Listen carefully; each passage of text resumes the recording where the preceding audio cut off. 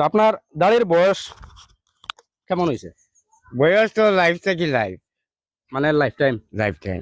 আপনি দাড়িত কোনোদিন ব্লেড বা কোর এসব না লাগাইছেন না? না না কিচ্ছু লাগাইছি না। আচ্ছা, সব কাজের কিন্তু একটি উদ্দেশ্য থাকে। তো আজকে আমরা জানার চেষ্টা করব ওনার এই লম্বা দাড়ি রাখার উদ্দেশ্যটা কি। না না, আপনার এই লম্বা দাড়ি রাখার উদ্দেশ্যটা কি? লম্বা দাঁড়িয়ে রাখার উদ্দেশ্যটা হইলো আমার একটা আশা পূর্ণ হইতো, অথচ একটা স্মৃতি রইতো আমার। আচ্ছা, এই আশায় আশাটা কি? আশাটা তো লাইলু মঞ্জুর বিয়া দেখতাম, এই আশা। প্রিয় দর্শক, আপনারা অনেক শুনেছেন লাইলি মজনুর বিয়ে দেখবে অনেক মানুষ, কিন্তু কারা দেখবে সেই জিনিস চিন্তা করে কিন্তু অনেক লম্বা দাঁড়িয়ে রেখেছেন ইনি।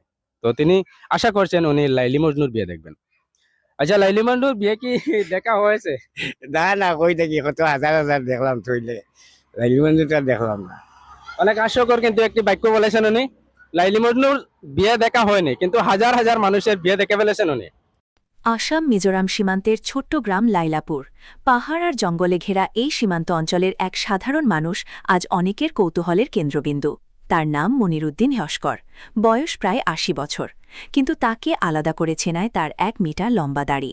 ছোটবেলা থেকেই কখনো দাড়ি কাটেননি তিনি। জীবনের নানা কষ্ট, অভাব আর সংগ্রামের মাঝেও এই দাড়িকে আগলে রেখেছেন নিজের স্বপ্নের মতো করে। মনিরুদ্দিন লস্করের দাবি, আসামের মধ্যে এত বড় দাড়ি আর কারো নেই। তাই তিনি চান সরকার তার এই বিশেষত্বকে স্বীকৃতি দিক এবং পুরস্কৃত করুক। স্থানীয়দের মতে বহু বছর আগে একটি বিশেষ ইচ্ছা থেকেই তিনি দাড়ি রাখা শুরু করেন। সেই ইচ্ছা আজও তার হৃদয়ে রয়ে গেছে। সময়ের সঙ্গে দাড়ি যেমন বেড়েছে তেমনই বেড়েছে জীবনের কষ্ট। লাইলাপুর সীমান্ত এলাকার এই বৃদ্ধের জীবন খুবই কষ্টের। যেই ঘরটিতে তিনি থাকেন সেটি বাঁশ আর টিনে তৈরি এক ভাঙাচোরা কুঁড়েঘর। বর্ষাকালে ঘরের ভেতরে পানি পড়ে, আবার রোদেও ঠিকমতো সুরক্ষা নেই।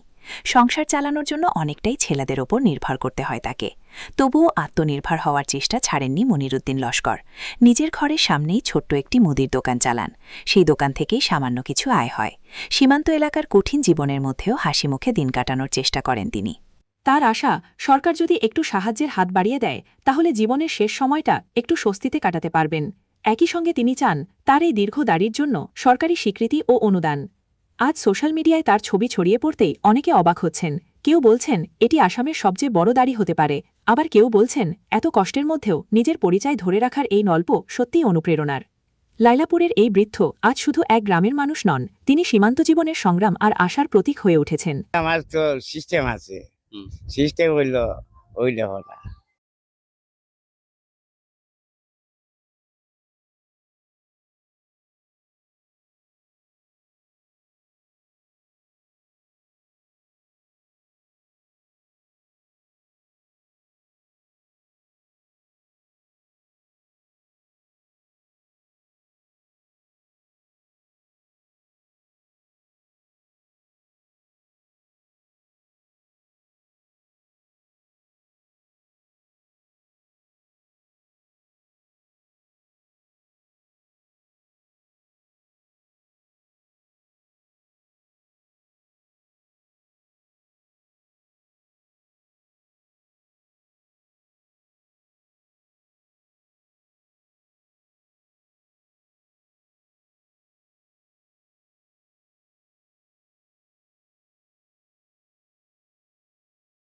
আচ্ছা, অনেক সময় দেখা যায় আজকের আজকের যুগে অনেক বাচ্চাদের কিন্তু চুল সাদা হয়ে যায়, চুল পড়ে যায়, এরকম টাক সমস্যা অনেক মানুষের দেখা যায়।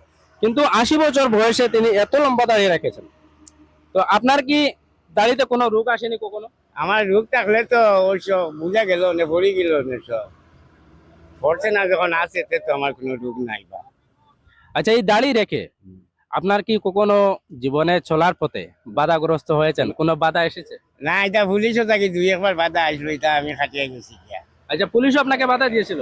পুলিশে বাধা দিয়া দিছিল। একবার খান্তিয়া তো লই লাইছিল, খাটিলেই তো আমি বলছি না, খাটিলে চাকরি যাইব, বেটি মরব জানি, দুইটা থেকে একটা হইব। আচ্ছা, আপনার তো স্ত্রী আছেন, আছে না? উনি কি আপনাকে কখনো বলেছেন যে দাড়ি কাটার জন্য? না না না, উনি কিছু বলেন? ইনকামের জন্য আপনি কি করেন? ইনকাম নাই, হচ্ছে সার দোকান একটা আছে, বইছি খাই আর বেশি, আর ওটাও ইনকাম। ছেলেবেলা বড় হয়েছেন তো আর শান্তি দেখা যায়, তারা চালাইতে খাই আর। সহায়ও আছে আমার একটা দাবি, ও দাবিটা যে যাতে আজ 40 বছর খাটাইলাম, রিজার্ভের ঘুরে কোনো বিচারও পাইলাম না, আইনও পাইলাম না, কোনো সমাজও পাইলাম না, আর সরকারও পাইলাম না। যাই না আইন তাইনু তাতে থেকে যায়। এই রাস্তাটি হচ্ছে শিলচর আইজল 306 নম্বর জাতীয় মহাসড়ক। এখান থেকে একটু পরেই মিজোরাম শুরু। এই জায়গাটি হচ্ছে আসাম মিজোরাম সীমান্ত, আর এই রাস্তার পাশেই ওনার ঘর। তো আজকে আমরা একটু ঘুরে দেখব উনি কিভাবে জীবনযাপন করছেন। এই 80 বছর বয়সে জীবনযাপন করা কতটা কঠিন, এবং উনি যে দাড়ি রেখেছেন সেই দাড়ি নিয়ে কতটা কঠিন হচ্ছে ওনার জীবনযাপন, আমরা ঘুরে দেখব। একটু আসেন ক্যামেরা ভাই। এই ঘরটি ওনার, একটু চালটা দেখান। চালের টিন নেই, ছাউনিটা অনেক নষ্ট হয়ে গেছে, অনেক পুরনো মনে হচ্ছে। হুম। আর ওনার ঘরের ভিতরটা যদি একটু দেখাই তাহলে আপনারা দেখবেন, এই যে দেখেন ওনার ঘরটা। এখানে ছোট একটি মুদির দোকান আছে, যেখানে তিনি চা বিক্রি করেন স্বাভাবিক। আর ঘরের অবস্থাটা আপনারা দেখতে পাচ্ছেন।